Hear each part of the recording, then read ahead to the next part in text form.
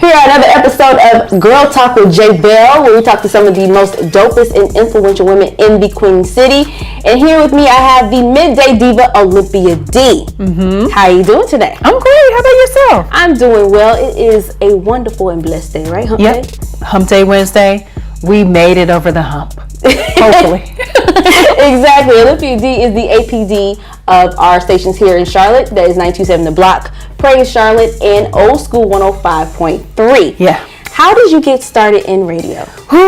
It began many moons ago. But no, really, seriously, I was coming out of my freshman year of college, and I did not want to go home for the summer. So I called the radio station. At that point in time, it's 107.3 Jams in Greenville, South Carolina. I talked to the jock, Double D, and I asked him, I said, hey, do you guys have any internships? He was like, yeah. He told me the person who I need to contact. I made the contact phone call to her.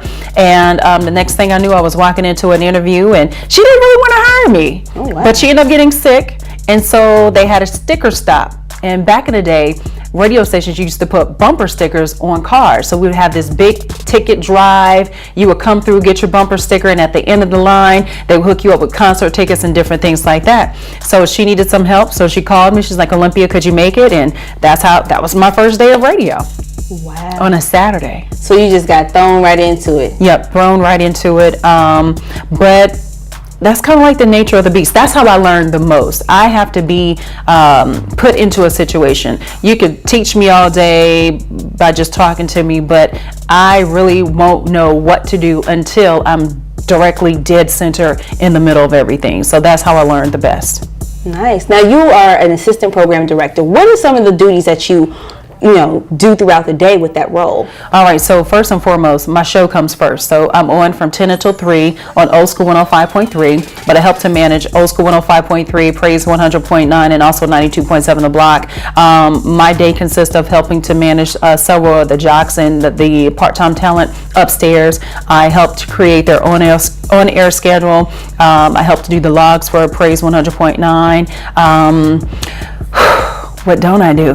Production, because you have to do your own commercials. Wow, a lot of different things. I forget some of the stuff that I do sometimes. This is a very busy woman. Yeah, because J.Belle, she was like, Olympia, I need to do this. And I'm like, I got time. But you know what, you know, at some point you try to find the time to get everything done. It is very hard sometimes, but for the most part, you know, it's a very enjoyable job, and I enjoy what I do. So now you don't only do radio, you also do television here. Right, I also work for WBTV as a WBTV Bounce TV as a guest contributor weekly. I'm on Fridays, 8 p.m. So if you guys get a chance, tune in and check it out. It's Raising Brilliance. It's kind of like bringing resources to the community. If you want your child to learn how to network and play golf, we got something for you. If you're trying to get your child college ready, we know different organizations that help out with that. So we try to make sure we link the parents and the kids to the resources in the city. Oh, well, now how did you grab this gig? I mean, many people don't think that radio personalities can do television and radio at the same time. So how were you able to get this gig? Actually, I got into TV period, because Barbara Bethea, she used to work for WACH in Columbia, Fox News. And I think she had been listening to my show. And so she decided that she was going to talk to my radio station at the time and see if I could potentially come over and host a makeover show. Her lead anchor was out sick for several months, and she needed someone to fill in for that show. So she asked me, went, and I did an awesome job, and she offered me a position. So, you know, throughout the years of me working in radio, I've kind of jumped back and forth between radio and TV as well. Oh, wow. Now, we work in a male-dominated industry. With Black Music Month happening we're focusing on women in the industry that have very strong roles, and obviously you're one of those people. How are you able to stand above most men that are trying to push towards what you have going on? You got to make yourself marketable. That's the only way to really be able to compete. You got to be marketable.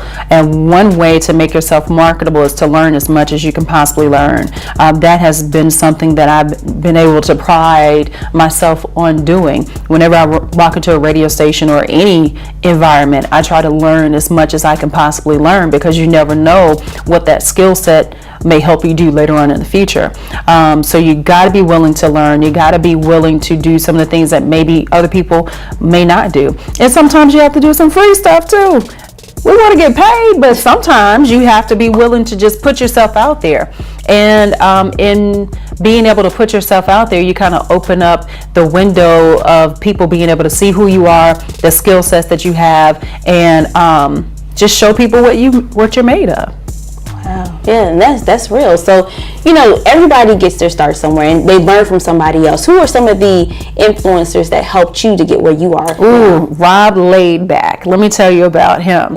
I was an intern. I told you that was my first position when I first got into radio, and he was working the night shift at 107.3 Jams in Greenville. So he hosted this show, the Top 7 at 7. So I would be like, can I be on? And he would allow me to come in and run his board and just to kind of get the feel of the studio. And so it was people like Rob Laidback, people like Val Jones, Kelly Berry, Elise Stewart. Those were the people that were in the industry when I first got there. And they were not afraid to teach me. I come from a background of each one teach one, and they were very open and they were very honest and very helpful in helping to groom me into the person that I've become today. Okay, all right. Well, let me ask you a little bit about music, since we are going into Black Music Month. Okay. These days we don't have as much R&B music going. No. It's all about old school, or you got your hip hop that's out right now. What do you feel made the big shift from going to having that R&B lane, to just we just have old school? Like, it's like our R&B today don't even exist. So how do you feel about that shift? How that change has affected?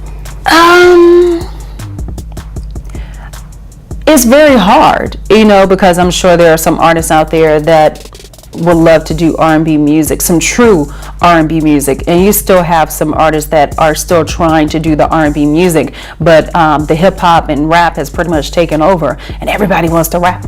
And you even have some rappers, I was just talking to Charlie Wilson a couple of days. He was like, you even have some rappers that'll sing on it, knowing good and well they can't sing, but they'll try anyway. And the culture is just evolving, and you got to just move with the culture, and you just kind of be a part of what's going on, and being able to reinvent yourself. And that was the one thing that we were talking about is, Charlie Wilson. My daddy and my mama grew up on Charlie Wilson. I listened to Charlie Wilson, and now my baby listens to Charlie Wilson. So he's been able to transcend through 3 generations right there. And it's about being able to reinvent yourself, and he's done a marvelous job at that. And as we get older, the music will evolve, and they will still reach back to the things that we know of being current right now. Eventually it's going to become old school, and they're going to reach back to that, and they're going to sample that, and it's going to be a whole new sound 20 years from now. So I think that's the beauty of music, is that they still pull from the old school to make their current music today. Okay. So you got me caught off guard. I'm like, she going, I'm thinking of the next question, and I'm just like, longevity. Longevity in this business. Music, personalities go hand in hand. How do you feel as though you've been able to keep your career going when there's so many in and out changes are happening in the radio industry every day? You got to be able to make yourself, like I said, marketable.